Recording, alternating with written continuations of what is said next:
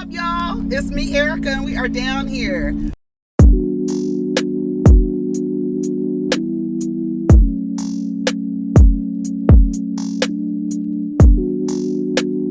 Peace, y'all. Take care of each other. Protect your energy. Okay, y'all. So, I'm all over the place in this video, so be prepared. Girl, what? Girl, what's up, y'all? It's me, Erica, and this is your Insecure recap. Let me tell you something. I didn't take notes. So I always use, if I don't take notes for Insecure, I use Vulture. Vulture does a recap every week. Kate Young, I want to call her Kate Young. She does a recap every week, and her recaps are really thorough and really good on Vulture. If you haven't seen, I used the notes from her I used her notes last week. Um, because I didn't feel like taking notes. I didn't take notes last night either. It was actually a really good episode.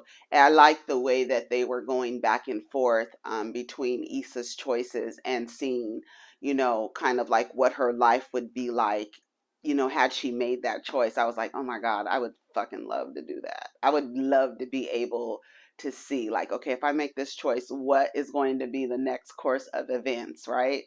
I love that. I was like, first of all, honey, if you look like I tell you on Insecure, if you look down, you don't know if you're in a dream sequence. You don't know. So it's a lot of the time, a lot of that was going on in this episode, which I really appreciated because it kind of gave me like I felt like I could see, like, okay, if she makes this choice, this is what's going to happen to Issa. We don't need to see it play out because we just saw a bunch of clips play out for her, and this is what's going to happen with her life.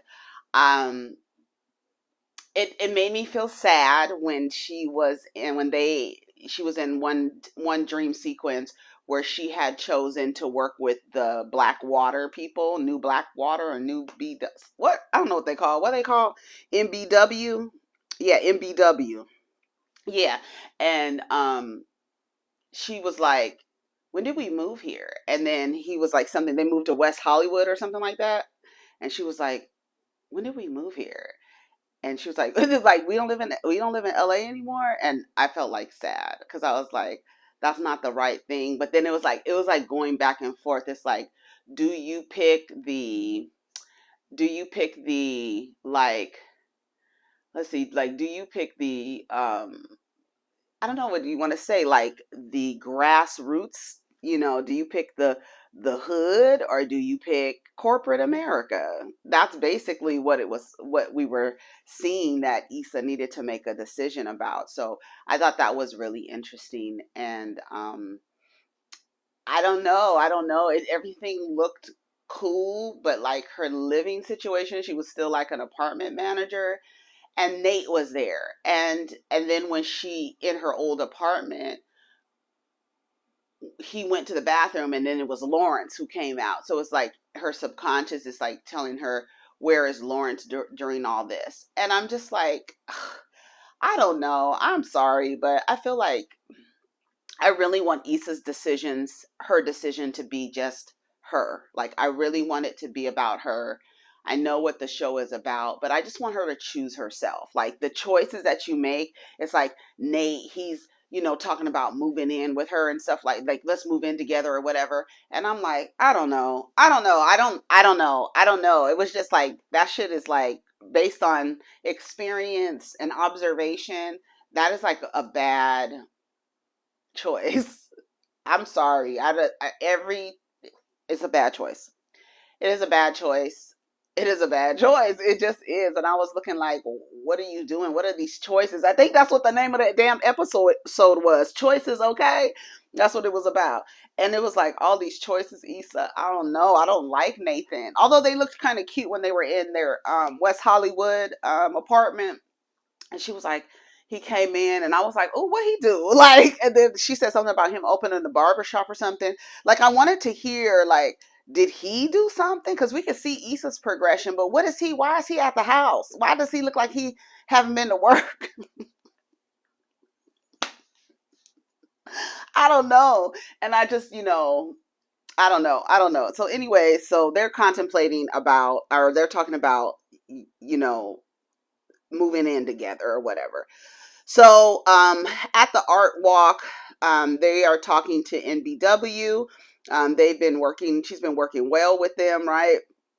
Um, she sees Nathan at the art walk and with his cousin, right? And they're talking or whatever, and then they give each other a kiss, and they both say "I love you" to each other. And his cousin was like,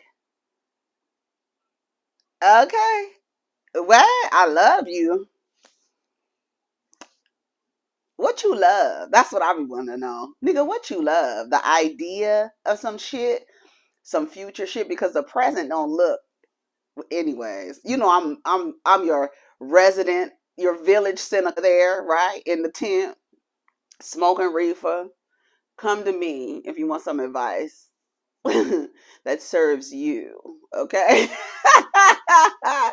And harms none. Like, you don't have to harm anybody to make sure that you are first. You know what I'm saying? And a lot of people don't understand that. A lot of people see like self preservation. I used to know this guy who used to always speak about self preservation, but his self preservation was like, you know, teetering on narcissism. You know what I'm saying? It was like, whatever I need to do to make sure I'm first. And it was very selfish. It wasn't like I'm putting myself first because I need to make sure that I'm good so that, I can be of service or whatever. It was nothing like that. It was like, you gotta be for yourself, and that's it for yourself. Like that. It's a different thing. It's a different energy behind it. I just want Issa to choose herself. I do. That's how I feel about it. That's how I feel about it. Um, they walk away, like, his cousin was looking like, what? Okay. And it was weird. It was weird. They see Crenshaw, right? And he apologizes. Kofi is so handsome. He apologizes and says that, um, he tried to do an event, and it was like, stay in your lane. Stay in your lane. I understood where he was coming from in terms of, you don't want nobody to change your stuff around. You're an artist. You don't want anybody to move your stuff around. Which, if something you created, doesn't matter. You're an artist, whatever, you created something. Even at work, you be doing stuff at work and somebody want to come in and change some stuff up. You're like, I created that. You know what I'm saying? And it's like, but sometimes there are other people who are experienced in the direction you want to go. And sometimes you need their guidance, right? To get you to the next step. And he didn't realize that, right? And so now he's apologizing to her and saying, I tried to do it and I didn't know I needed all those permits and stuff like that. How do you do? She was like, yep, it takes a lot of work. And you was trying to act like you knew how to do all that shit. And you just don't. You don't. Stick to what you know. Stick to the rivers and lakes that you used to, okay? So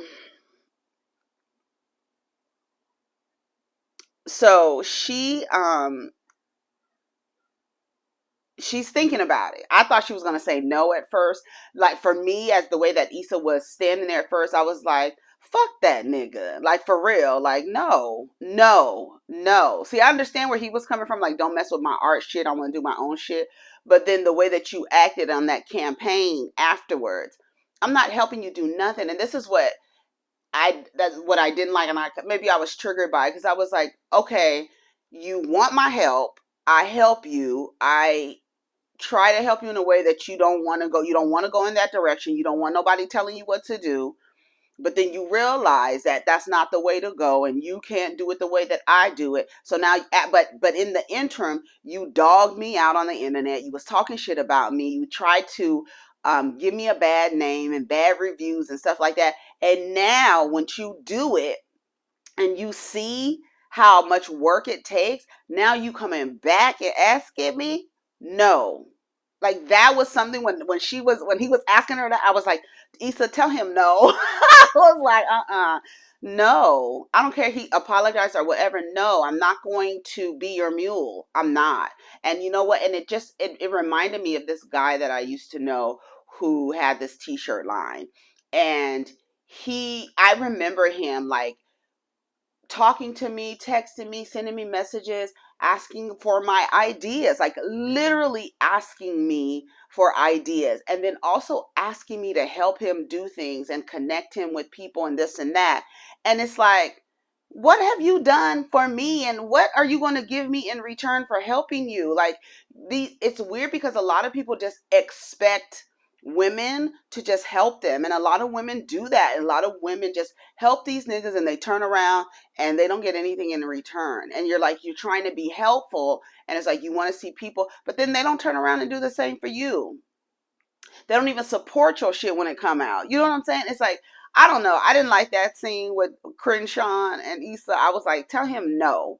Because you did all that work for him, got him that exposure and this and that, and then he shitted on you for weeks after. And then you have the nerve to bring your face, your fine ass up in my face, saying sorry.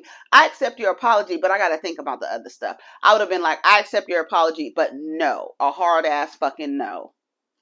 You're not going to get to do that. Anyway, so they have Issa's sequence where she is, coming in this theater. She wants to work with the MBW, and when they walk in the theater, they're in a larger theater, right? So we see, like, I was like, wait a minute, did they do a time lapse? Did I miss something? Because I was kind of like in and out, but then I was looking like, did something at the bottom say like 4 years later, 5 years later, something? What happened? I realized, I was like, oh, this is a dream sequence. I'm tired of Insecure getting me, baby. When the little mirror lady said to Issa, she was like, remember when we threw what's her name's baby in the trash can? She was like, shh. Girl, that shit was so funny. Anyway, so we see Issa. She is like doing her thing, right? She this venue is 6,300 people. She talks about, being in the Black community. She talks about, their presence in the culture if they do this thing and all this other stuff. It looks like Issa is making moves, right? Oh yeah, Issa's on stage. She was in Detroit with the girl from I was like, that girl looks so familiar. Now that I see her name here, I was like, okay, that's from The Talk. She just recently left The Talk, right? That's the one with Sharon Osbourne. Was that called The Talk? The Talk. Yeah, I think that's called The Talk. I was like, The Real, The Talk, The View. It's The Talk. It's The Talk. But yeah, so her name is Elaine Welteroth, Welteroth. Welteroth. I hope I'm saying that right. Elaine Welteroth. Anyway, so she was doing the interview, and Issa was, pumping up the crowd and stuff like that, just looking like she has been making moves, right? And I was like, okay, look at Issa. Look at Issa looking like Issa D looking like Issa Rae. You know what I'm saying? Like making moves on stage, smiling and stuff, and being awarded. Did you see Tyra when she was getting the key to Inglewood? I was like, come on, Tyra Banks. Tyra Banks is from Inglewood, proud, okay? Let me tell you something. I'm going to tell you something about Inglewood, California, baby. If you from LA in any kind of capacity, you done lived in Inglewood at one point, at one point in your life. For real. You had lived in Inglewood for one point of your life. When I was born, my family lived in Inglewood. My mama and daddy lived in Inglewood on Venice Way, honey. Right there. Everybody lived in Inglewood at one point in their life. I'm trying to tell you, if you Black and you from LA, you have lived in Inglewood at one point in your life. One point. Inglewood's always up to no good, okay? But yeah, I heard Inglewood is getting gentrified too. Are they trying to change the name to the Wood? Honey, they'll change the name in a heartbeat of a district. When they gentrify it, we'll be like, this is not called whatever they be trying to call it. What are y'all calling it? They be putting it in the paper and everything, claiming it, honey. They're fulfilling the destiny of their ancestors. That's the only thing that I could think about. That's what I could deduce it to. Fulfilling the destiny of their ancestors. Anyways, Issa, she gets on a first class trip. She's going back to LA because they asked her in the interview. She was like, you're when was the last time you've been to LA? And it was almost like she had abandoned, right? That's what they were trying to make it seem like. It was like this abandonment of her roots, right? So that's why she was just going back and forth. And I figure a lot of people do that. But to me, I feel like where a lot of people who want to get out the hood or want to take the corporate route to go up the ladder, it's almost as though you leave behind, and instead of turning around and being like, I could, if I put my resources into this and other people put their resources into this, we wouldn't have to leave. It would be. Do you know what I mean? It's like there would be no choice to leave because you would take your resources and put them back into your community. And then everybody did that instead of taking their resources away from the community. How do you, and then you'd be like, well, I'm going to go back to the hood. I'm going to look back. I'm going to take care of my hood. But you took all of your resources, even like in where you live. If you move away, that's where the majority of your money is going to be spent. It circulates there before it gets out. And so if you stay and build it up and like take away these weird ideas about how we deal with violence, where like people who commit violence are celebrated when they come home, we're always asking them to be free, when they really need rehabilitation, you know what I'm saying? And it's like it's like you want to move away from that hood, but it's like, why don't you keep your resources there and build it up and like erase all that violent pathology that everybody seems to be okay with? No snitching is crazy to me. That's why people move away, because y'all have accepted that as like, we're going to not say anything and allow for the violent people in our neighborhoods to just run havoc because we're going to abide by the rule of no snitching or something like that. Take your resources and keep them in those areas and you wouldn't have to leave. That's how I feel. That's how I feel. That's how I feel. So she is going to, so the city is in love with Krishan. He's like now like a boss in the city or whatever. And so they she sees how well he has, progressed, and she want to feel like I could have been a part of that, right? Because Ty Dolla $ign is going to meet with Crenshaw. Like, he's like a hero. He's like the city's hero and this and that. So she starts thinking like, damn, I could have been a part of that. I don't know. I don't know what she was thinking at the time. But that's what it looked like, damn, I left that, or I could have been a part of that, or that's somebody that I abandoned and I went on to get this corporate thing and now I'm missing my city. So it was cute. It was cute. And then she gets back to LA and they're in this really nice house and she's like, why are we in West Hollywood? When did we move here? That's when I realized. I was like, oh, this is a dream. This is a sequence or fantasy sequence or whatever they're calling it. What do they call them? I can't remember. What do they call them when they go into those sequences? Fantasy sequences? I don't know, girl. So, Molly and her. Okay, so we get to Molly. Molly is going through it with her parents, right? They're getting their estate together, getting their will together, and Kelly's going to help them get it together. They're going back and forth. It's really sad when, like, you have to do that, but it's like, I don't know. I feel like, I don't know. For me, for people, I know that it's sad, but for me, I feel like logically and practically, do what you need to do to make sure that when you're no longer here, that your family is taken care of, period. Whatever it looks like. Whatever it looks like, if you ain't got shit, but like she said about the Nissan Sentra, make sure people ain't fighting over that. You know what I'm saying? And I think, because people act really fucking crazy and stupid and idiotic and ignorant and evil when someone dies who has assets, right? And so, and if the family believes they have assets, it gets worser, okay? The condition on the buses get worser. And but my thing is like, be practical about it. Okay, you're gonna die.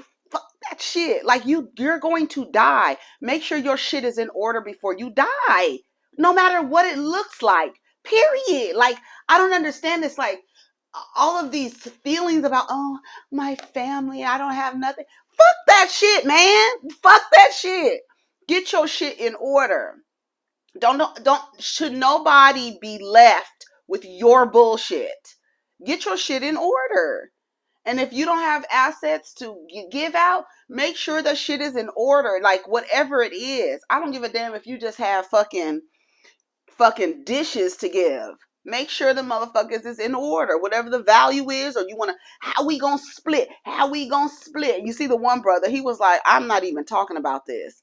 Why? They gonna die, y'all. Like, everybody, all of us. That's the one thing that's motherfucking guaranteed out this bitch. You are going to die. I'm sorry. Get your shit in order. Stop playing around. Because when it's all said and done and you gone, people are going to be left with your bills. Your bills, your loose ends, whatever the fuck. Child. I don't play that shit. I do not play that shit. I do not. I don't care. I don't care. Make sure the shit is straight. I was so like, he was like, the dad was like, they want to, I don't know what it is. It's this performative thing around death where you're supposed to be like, oh, my life, I had to fight. And I'm just feeling like, girl, you are going to die. God damn, that shit is crazy to me. I just have a different relationship with death. I do. I just do. I just do. I just do. And I figure, that it's there. It's inevitable. You should be prepared. Period. Did I just rhyme? Yes. Okay. So, period. Anyways, let me get back to what I was talking about. I think that's it about the episode. So what did y'all think? Did y'all think what do y'all think she should, oh, let me finish telling you about Molly. Okay. So Molly, she's, going through with her parents or whatever like that. And she's supposed to go out with Torian. So they've already been on one date. We haven't seen the date. Okay. But they've been on one date and they're supposed to go out again. And so after everything that happened with her parents, she was kind of spent. You know what I'm saying? She was just like crying in the car. She was just like overwhelmed, just probably like glad that it's over. And I guess it's like, oh my God, my parents are going to die one day. And I really just had to, get everything together for them to ensure that everything runs smoothly. Like, to me, I feel like shit should run smoothly. Here's all the paperwork. They didn't already. I know people who have already bought their plots, and they're not even over 60. Okay, they have their everything set up and straightened up, and everything is ready. You don't have to worry about nothing. Here's everything. Here's the death folder. Do everything in here. Have your shit prepared. I feel, you know what? I could share a story right now. I'll share it another time because I have a theory about some people, how they like to leave shit in disorder and disarray and I don't know. I don't know. I want to share the story. Here it is. My father goes through this shit all the time where, for years it's always been about when he dies, all this stuff that he has, who is it going to go to, and this and that. My brother is selfish. I think he wishes he was the only child. My older brother, my father raised him, right? And it's like my father wants him to be his thumbprint. He's one of those kind of dads, right? He only gets mad at my brother if my brother doesn't fall in line with the shit that he wants my brother to do. And my brother it's a weird relationship that they have. It's like I don't know, but my brother is the kind of person who is very selfish. And my father has 6 children.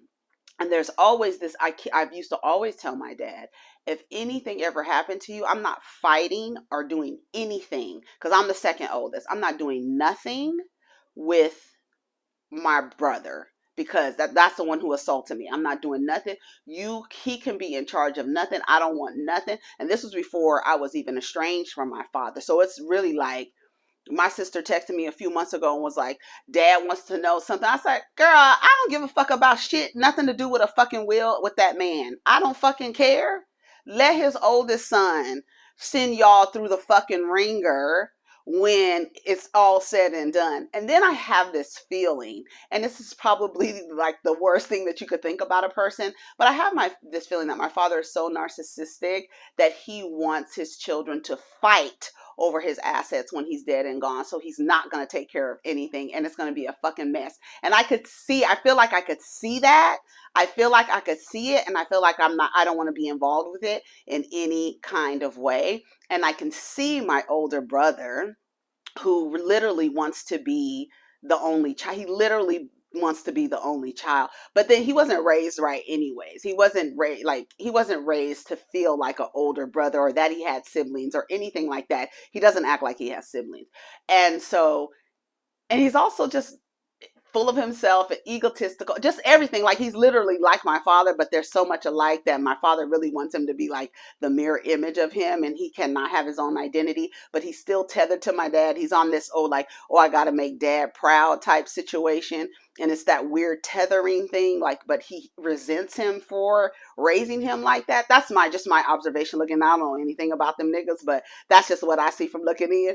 And I just feel like my dad wants there to be conflict when he dies, like there, and that almost like, even though he's not going to be here to witness that, but I feel like that's what he wants, like confusion and not something to be taken care of. It's like, I have all this stuff, and he's a stuffed person, right? I have all this stuff, I'm a stuffed person. What I have, like niggas who didn't have a lot, and then they have stuff, but now they want everybody to see like, I have stuff. I have stuff. I have a lot of stuff, right? No child can get in a whole psychoanalytical shit, but it's just like, you go through these things, and I just feel like that's what he wants. He wants chaos, confusion, and disorder when it's all said and done. And my brother, being of him, is going to be that agent and to carry out the chaos and confusion and be uncooperative. And I want this, and I'm gonna take this, and I'm gonna have this, and this is gonna be mine. This is gonna be mine when you die. This is gonna be mine when you die. I remember one time my father got sick, and he was in the hospital, and he wears these chains. I don't know if he still wears them, but he wears these chains. And when he was in the hospital, they took the chains off my dad, and my brother put them on. And my grandmother was like, take them motherfucking necklaces off. Take them damn chains off. He's not dead. Take them off. Bitch. I wasn't there. I don't know where I was. Maybe I was in Atlanta. I don't know where I was, but he was in the hospital, and child, he took them chains off. My dad, I think my grandmother told me. I don't remember who told me the story, but it was just a glimpse into how my brother would possibly act if my father was gone. Like, this is my stuff. That's all I'm saying. I used to be like, I don't want to be involved in nothing. Put him in charge of everything. I don't give a fuck. I don't care. I don't want no fucking stuff. I don't care. That stuff doesn't mean shit to me. Like, it doesn't. And when that man on Insecure, he was like, it feels like I've worked all these years and I don't have nothing. Just make sure your shit is straight. Who gives a fuck if you just have this house and the land that it sits on? That's worth anything, more than anything else. And making sure your shit is in order, that is priceless. Don't leave people with bills, right? You can barely leave a legacy, but don't leave a motherfucker with a bunch of bills. You understand what I'm saying? Okay. I said all that to say. Anyways, so Crenshaw she tells Crenshaw that she doesn't know if it would be good if they work together or not. And I was thinking maybe it was on some romantic shit or whatever. But he was like, I think that this is great. I think you should want to work with me. I'm going to open up a new store and blah, blah, blah. So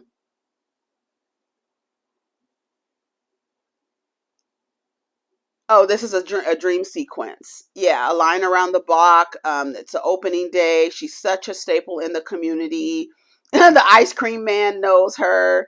And then she turns around and she sees Ty Dolla Sign is the new spokesperson for MBW. So that kind of like makes her like, wait, did I make the right decision? I don't know why Ty Dolla Sign is the barometer of what decision you need to make. Because when she was on the airplane with him, she was like, you working with Chris Sean? Oh, now you working with Ty. Now you see Ty Dolla Sign. You want to meet Ty Dolla Sign anyway.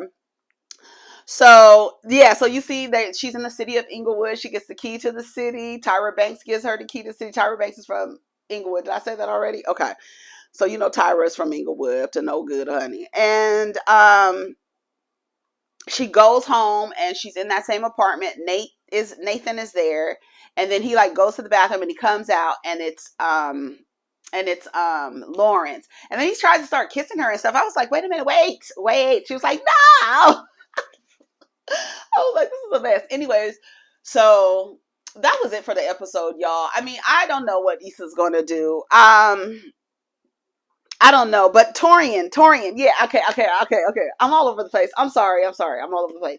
So Torian and Molly have gone out. So she was supposed to go out and everything that happened with her parents, right? So that's how I got on the tangent about everything about my dad and stuff.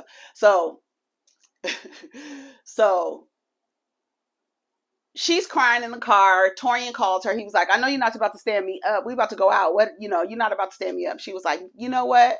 And I loved that she did that because you know how many people would have gone to the date, even if they didn't want to, just so that they can make the other person happy. You need to take this is what I'm talking about. Taking care of yourself. If she wouldn't have been able to take care of herself and soothe herself and comfort herself at home watching television, right? And that's the way that she was getting herself together, than to be out focused on some man trying to, laugh with him and, keep up conversation when you got other shit going on. She said, I don't think I would be much fun if I go, on a date with you. He was like, no problem. I get it. I totally understand. She's honest with him. She tells him it's, having to do with her parents and this and that. He was like, I totally get it, blah, blah, blah. So she's talking to Issa on the phone and they're having a conversation or whatever. And then they get off the phone. And when she tells Issa, I am so glad I didn't forget this. She tells Issa, hold on. I'm going to read it, what she says. I'm going to read what she says to her. Okay. I recorded it. I'm sorry. This is so not it, but y'all just bear with me, okay? I feel like I have to choose something. I'll never fly first class and meet Ty Dolla $ign. Where if there's no wrong answer? Things are never all or nothing. Either way you go, you're going to end up great or not, or something in the middle. Come on, Molly. I know it's never easy to make those kind of choices, but you will be glad once you do. Come on, Molly. You just got to go with your gut. Come on. This is the best. Every decision you make, just own it. And you're being honest with yourself. You kind of already know what you're going to do. So just do that shit. I said, yes, Molly, yes! I was here for it. So I'm going to end it with that, y'all. I know I'm all over the place. I know it's a mess, but that's what I felt about this last episode of Insecure. I really want Molly to choose herself. Like I said, I'm all about the partner thing is a nice to have. I feel like it should not be a part of how you move. Like that's something that's a nice to have. You need to focus on you and your trajectory. I just didn't like that Nathan was there. I didn't like that Lawrence was there. I felt like she should have been like, they were there, but they weren't a part of. I don't know. Is that wrong? They weren't a part of. They weren't the partner. They weren't part. They weren't partners. They weren't a part of. They were whole people on their own. They weren't a part, right? That's where partner comes in. Is that where it comes in? It's today Friday. Anyways, y'all, I'm out of here. Take care of each other. Protect your energy. Let's get down in the comments. Bye, y'all.